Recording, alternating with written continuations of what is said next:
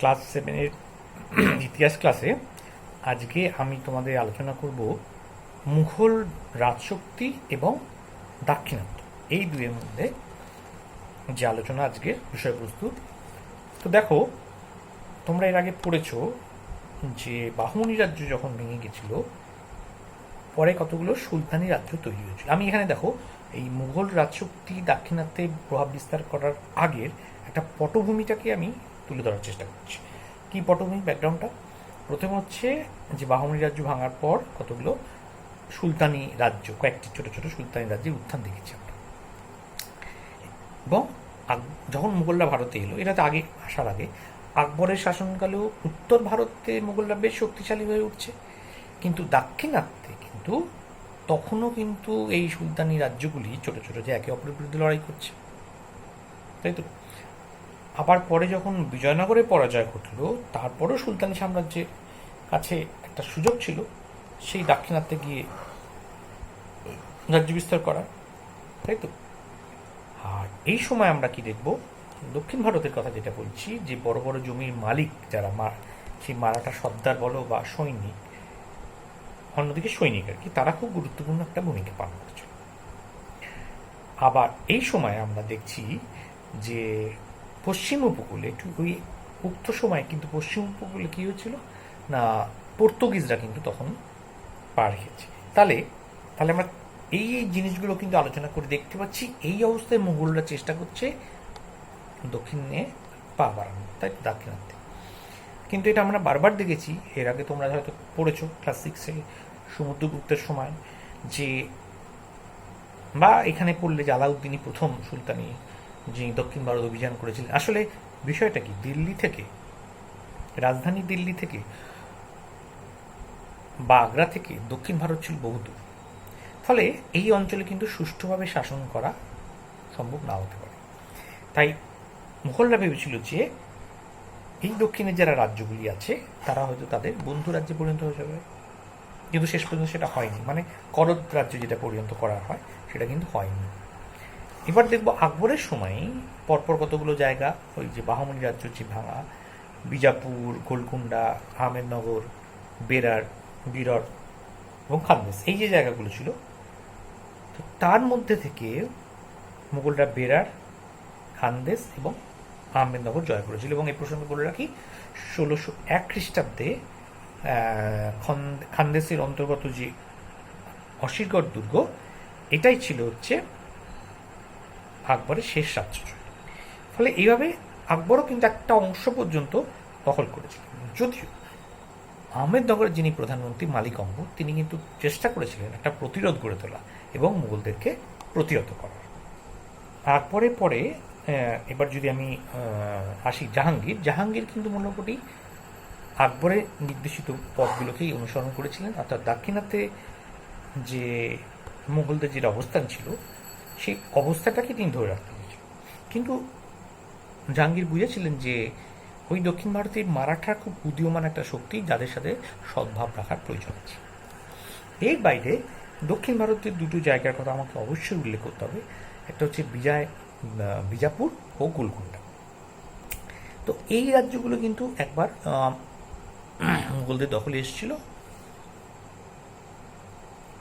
তারপরে আমরা দেখলাম শাহজাহান কি করলেন না, বিজাপুর ও গোলকুন্ডার মধ্যে যে সমস্যা, সেটাকে চুক্তির মাধ্যমে একটা সমাধানের চেষ্টা করেছিল। কিন্তু পরে এই চুক্তি কিন্তু মুঘলদের কাছ থেকে ভেঙে গেছিল।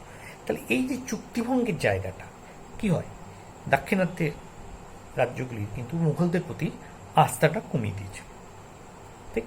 তাহলে এইভাবে আমরা দেখছি যে মুঘলদের সঙ্গে দাক্ষিণাত্যের যে সম্পর্ক ঠিক এইভাবেই অম্লমধুর মধ্যে দিয়ে গেছে। এরপরে যেটা আলোচনা করতে হবে সেটা হচ্ছে ঔরঙ্গজেবের সময়। এতক্ষণ কিন্তু আমি ঔরঙ্গজেবের নাম বলিনি, বা ঔরঙ্গজেবের সময় দাক্ষিণাত্য নীতিটা কেমন ছিল, এবং তার থেকে যে শব্দের উৎপত্তি হচ্ছে দাক্ষিণাত্য ক্ষত বা ডেকান আলসার, সেটা আমরা কিন্তু জানার চেষ্টা করি। তো ঔরঙ্গজেবের কথা বলতে গেলে বলবো যে শাহজাহানের মতো তিনিও কিন্তু এই দাক্ষিণাত্যের শাসনকর্তা ছিলেন, এবং সেখান থেকে তার লক্ষ্য ছিল দুটো রাজ্য, শিয়াপন্থী রাজ্য, যেহেতু মুসলিমদের মধ্যে শিয়া এবং সুন্নি দুটো ভাগ আছে, তো সেই শিয়াপন্থী রাজ্য দুটো, বিজাপুর গোলকুন্ডাকে তার সাম্রাজ্যে অন্তর্ভুক্ত করে।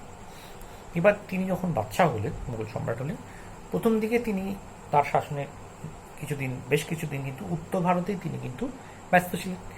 এর পরবর্তী যে আমরা দুটো ভাগে ভাগ করি, কারণ তিনি কিন্তু অনেকদিন ছিলেন, দ্বিতীয় ভাগটায় কিন্তু তিনি দাক্ষিণাত্যের রাজনীতিতে নিজেকে মনোনিবেশ করেছিলেন। অর্থাৎ সুবাদার থাকে গেলেন যে সাফল্যের মুখটা দেখেননি, সেটা কিন্তু আবার তিনি শাসক বা বাদশাহ হওয়ার পর কিন্তু সেটা চেষ্টা করেছিলেন। তো এই যে দাক্ষিণাত্য নীতি, এই নীতির কারণটা কি, আমরা কারণগুলো দেখব, বা প্রথম পদক্ষেপ হিসাবে আমরা চিহ্নিত করব কাকে, শিবাজির নেতৃত্বে মারাঠা শক্তিকে প্রতিহত করা, প্রথম এই জায়গাটা। তো কেন? কারণ এই যে শিবাজি তখন একজন উদীয়মান একটা শক্তি, আর ঔরঙ্গজেব তো জানোই তোমরা যে তার যে ভাইদের সঙ্গে যে উত্তরাধিকার একটা দ্বন্দ্ব ছিল, সেটা মিটিয়ে যখন সিংহাসনে বসলেন, প্রথমেই তার লক্ষ্য ছিল কিন্তু শিবাজিকে শায়েস্তা করা। সেই জন্য তার সেনাপতি পাঠিয়েছিলেন মাতুল শায়েস্তা খা। তার কি পরিণত হয়েছে তোমরা জানো, জীবন নিয়ে পালিয়ে আসতে পেরেছিলেন। এতে ঔরঙ্গজেব কিন্তু আরও ক্রুদ্ধ হয়ে এবার কিন্তু জয়সিংহ, অম্বরের রাজা জয়সিংহকে এবং তার অনুগত কিছু দিল্লির কাকে কিন্তু পাঠালেন শিবাজি বিরুদ্ধে। এবার শিবাজি বশে আনা সম্ভব হলো, তিনি পরাজিত হলেন এবং 1665 খ্রিস্টাব্দে খুব বিখ্যাত একটা চুক্তি, পুরন্দরের চুক্তি স্বাক্ষর হল। কেন বিখ্যাত এটা যখন আমরা পরে বলবো তখনও জানবো। এবং ঔরঙ্গজেব তাকে গৃহবন্দী করার চেষ্টা করেছিল, কিন্তু পারেনি। কৌশলে, তোমরা নিশ্চয়ই জানো যে গল্প প্রচলিত, যে ফলের মাথায় মানে ঝুড়ির মাথায় যে বেরিয়ে এসেছিলেন, মানে ওখানে সেই ঝুড়িটা একটা ফল ভর্তি ঝুড়ি ছিল আর কি। তাহলে আমরা বলবো যে কৌশলে তিনি কিন্তু এখান থেকে পালিয়ে এসেছিলেন। শেষ পর্যন্ত ঔরঙ্গজেব তখন তাকে কিন্তু তার রাজা বলে স্বীকার করেন এবং মারাঠা অঞ্চলে তার স্বাধীনতা মেনে নেন। তাহলে একটা সফলতা এলো না, এই একটা জায়গা দেখলাম। দ্বিতীয়ত আমরা কি দেখলাম, যেটা আমি শুরুতেই বলেছি, যে বিজাপুর ও গোলকুন্ডার নীতি, এটা কি আমরা দেখব। শিবাজির যে মোকাবেলায় ব্যর্থ হলেই তো তখন এবার তার লক্ষ্য বললো কি, অনেক দিনের যে লক্ষ্য, সেই বিজাপুর এবং গোলকুন্ডা জায়গাগুলোকে দখল করা। এখানে ঐতিহাসিকদের মতবিরোধ আছে। আগের ঐতিহাসিকরা বলছেন যে এর যত না রাজনৈতিক প্রয়োজন, তার থেকে অনেক বেশি ছিল ধর্মীয়। কারণ আগেই বললাম যে ঔরঙ্গজেব ছিলেন সুন্নি সম্প্রদায়ভুক্ত এবং তার কাছে শিয়া রাজ্য দুটি স্বাধীন অস্তিত্ব মেনে নেওয়া কিন্তু সম্ভব ছিল না। ফলে 1686 এবং 87 খ্রিস্টাব্দে তিনি যথাক্রমে বিজাপুর এবং গোলকুন্ডা রাজ্যগুলি জয় করছেন। কিন্তু দেখো, আধুনিক ঐতিহাসিকরা কিন্তু এই মত মানছেন না। তারা বলছেন এই রাজ্যগুলো জয়ের পেছনে কিন্তু অর্থনৈতিক, সামরিক এবং শাসনতান্ত্রিক কারণটাই অনেক বেশি উল্লেখযোগ্য বলে তারা মনে করেছেন। বোঝা গেল? তাহলে ইতিহাস গতিশীল বিষয়, সবসময় যে একটা নির্দিষ্ট মত থাকে তা না। মতগুলোর একটা, তোমরা আলোয় যদি পড়ে থাকো, অপসারী বা একটা নির্দিষ্ট বিন্দু থেকে চারিদিকে ছড়িয়ে যায় মতগুলো। তো দেখো, তাহলে এই ছিল দাক্ষিণাত্য নীতি, যে কারণে দাক্ষিণাত্যে দীর্ঘদিন ধরে ঔরঙ্গজেব অবস্থান করছে। এবার এই দাক্ষিণাত্য নীতিটা কি সফল হয়েছিল, তাহলে আমরা কিন্তু তার সমালোচনাটা একটু দেখব। এবং এটা খুব আলোচিত বিষয়, দাক্ষিণাত্য নীতি, ডেকান পলিসি। দেখো, ভারতের যে ব্রিটিশ ঐতিহাসিক প্রিন্সেস স্মিথ বলছেন যে বিজাপুর এবং গোলকুন্ডার স্বাধীন অস্তিত্ব থাকলে তারা কি করতে পারত, যে মারাঠাদের প্রতিহত করতে পারত। এটা একটা মত। কিন্তু যদুনাথ সরকার দেখালেন যে এই দুটো রাজ্য এতটাই দুর্বল ছিল, পতনোন্মুখ ছিল, ক্ষয়িষ্ণু ছিল, যে তাদের পক্ষে কিন্তু শিবাজির মতো শক্তিশালী উদীয়মান রাজ্যকে, মারাঠা রাজ্যকে দমন করা সম্ভব নয়, নবজাত মারাঠা সাম্রাজ্য। ঠিক, তাহলে সম্ভব নয়। আরেকটা কি কমন জায়গায় দেখো, দীর্ঘদিন ধরে যুদ্ধবিগ্রহের ফলে কি হচ্ছে না, অর্থনৈতিক ক্ষতি, কৃষিকার্যে ক্ষতি, বনাঞ্চল, তৃণভূমি, এই সমস্ত অঞ্চলে ক্ষতিগ্রস্ত হচ্ছে, বাণিজ্য ক্ষতিগ্রস্ত হচ্ছে, জায়গিরদার তাদের রাজস্ব আদায় করতে পারছে না, তাই তো? তাহলে একটা সার্বিক একটা অরাজক পরিস্থিতি তৈরি হচ্ছে, যেটা দীর্ঘদিন ধরে যুদ্ধ হয়। তোমরা নিজেরাও দেখেছো যে ত্রিশক্তি দ্বন্দ্বের যখন দীর্ঘদিন লড়াই চলেছিল। আরেকটা কি গুরুত্বপূর্ণ, যে সম্রাট দীর্ঘদিন ধরে তার যে অনুপস্থিতি, এটা কিন্তু কি করেছিল, উত্তর ভারতের একটা অরাজকতা তৈরি করেছিল, বিদ্রোহীরা মাথাচাড়া দিয়ে উঠেছিল, প্রশাসন দুর্নীতিগ্রস্ত হয়ে পড়েছিল। ঠিক, এবং সর্বোপরি দেখবো যে কর্মচারীদের উপর যে নিয়ন্ত্রণ, সেটাও কিন্তু হারিয়ে গেছে।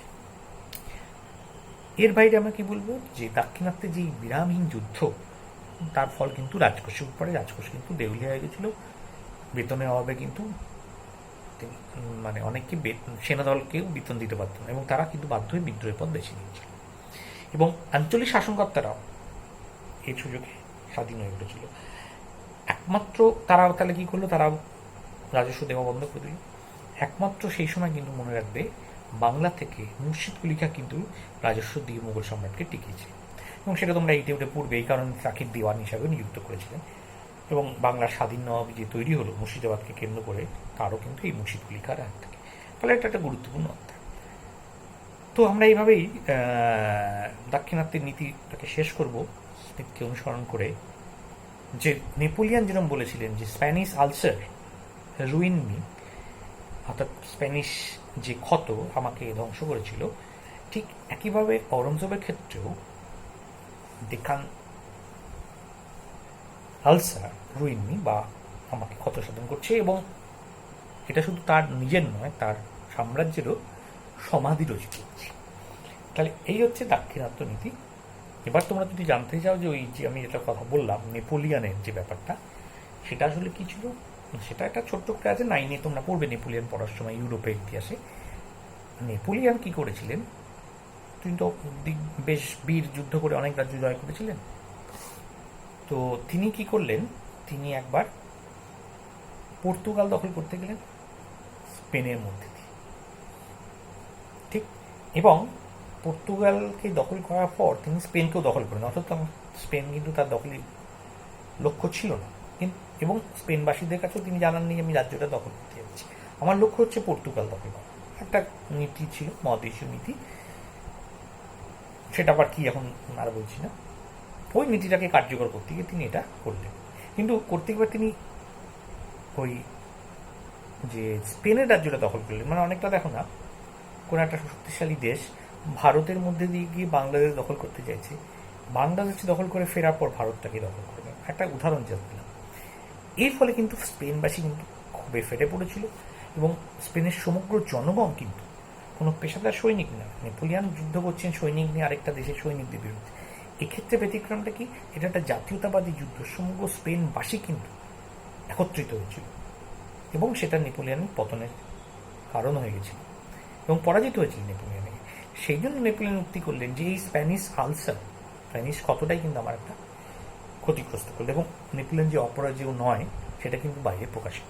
তো যাই হোক, তো আমি এখানে আবার ফিরে আসি। তাহলে এইভাবে দাক্ষিণাত্যের নীতিটা দীর্ঘদিন ধরে এভাবে এখানে বসবাস করার ফলে আসলে কিন্তু প্রকারান্তে মুঘল সাম্রাজ্যেরই একটা অবক্ষয়কে ডেকে আনা হচ্ছে। ঠিক, তাহলে আজকে আমাদের এই দাক্ষিণাত্য নীতি আলোচনা করলাম। এরপরে আমরা তোমাদের আলোচনা করব প্রশাসনিক আদর্শ, এবং শেষ টপিক আমার থাকবে যে রাজস্ব ব্যবস্থা। এটা করলে আমার এই তোমাদের 5th চ্যাপ্টারটা শেষ হয়ে যাবে।